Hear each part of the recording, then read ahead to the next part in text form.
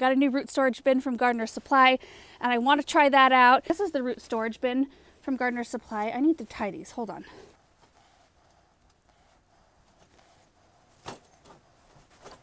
Okay, that looks better. You can kind of see the shape a bit better. It's basically just a metal basket with a burlap liner, except the burlap fits perfectly, and this comes over the top like a lid. I did set this up a couple days ago. I saved the paperwork because it has the storage condition chart, which I thought might be helpful, because it tells you what percent humidity, what degrees that each one of these crops is best stored at, and then also average storage time.